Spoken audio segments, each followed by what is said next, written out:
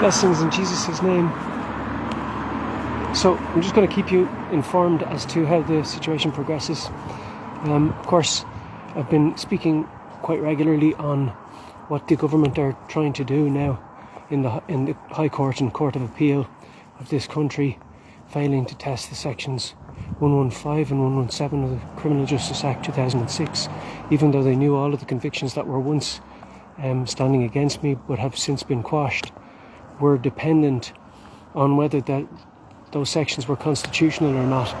So even though the court had scheduled them as number one on the listing or on the schedule in the court, in Stephen Tallon versus the DPP, they have failed to test the constitutionality of those sections, even though they were the most important part of the listing, because it pertains to true social order and the jurisdiction of Garda Síochána, and presumption of innocence, impartiality, jurisdiction and due process of law are all affected by those sections, seeing that they encourage members of Garda Síochána to get involved in civil matters where they have no jurisdiction by law.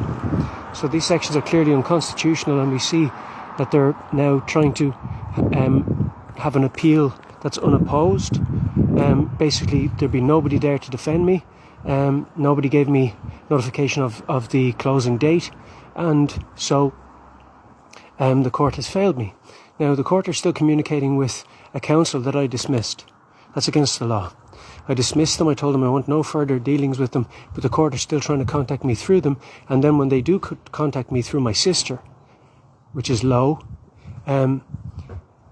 because they know I won't accept their correspondence, they don't give me the full information anyway. They don't give me the closing date. And then after the closing date, they contact me and say, oh, this will be an unopposed appeal because you didn't communicate in a timely fashion, even though they've accepted an appeal from the state without an extension to appeal, a month and 4 days late.